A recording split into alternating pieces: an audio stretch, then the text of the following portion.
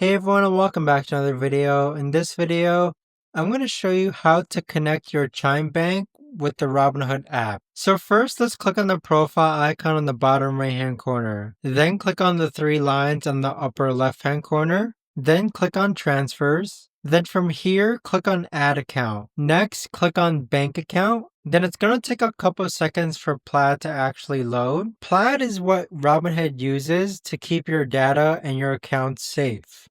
Click on continue on the bottom hand side. Then click on continue as guest. Then go ahead and select Chime. So next it's going to prompt you to log into your Chime account so that you can decide which accounts or savings accounts you want to connect to Robinhood. But there you have it guys. That right there is the best and easiest way about doing this. If you guys know of a better, easier way to actually do this, let me know in the comments down below.